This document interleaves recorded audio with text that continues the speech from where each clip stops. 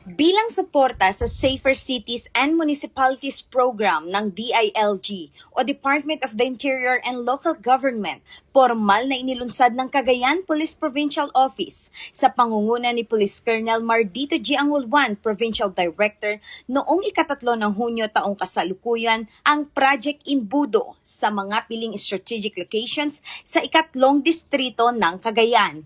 Ang Project Imbudo ay nangangahulugang inspection of motorcycles using the border lane for unified approach during checkpoint operations.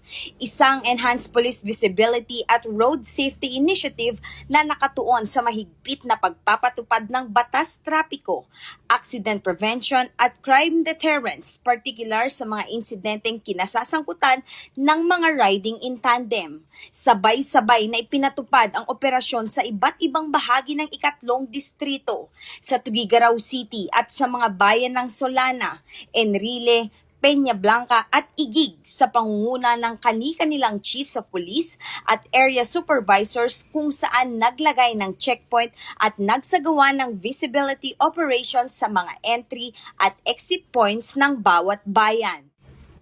Naging katuwang ng kapulisan sa implementasyon ng proyekto ang LTO o Land Transportation Office, HPG o Highway Patrol Group, Barangay Peacekeeping Action Team o BIPAT, Barangay Tanods at Public Order and Safety Office o POSO, kasama ang mga kinatawan ng media na nakasaksi sa aktwal na operasyon. Isa lang ang purpose talaga nito.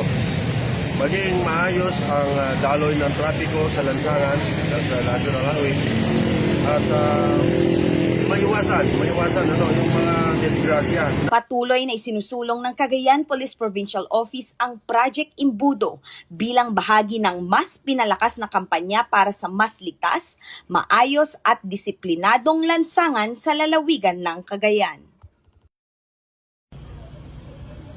Mula dito sa Lambak ng Cagayan, ako ang inyong PNN Correspondent, Patrolwoman Lainey Lorenzo, alagad ng batas, tagataguyod ng Balitang Pulis.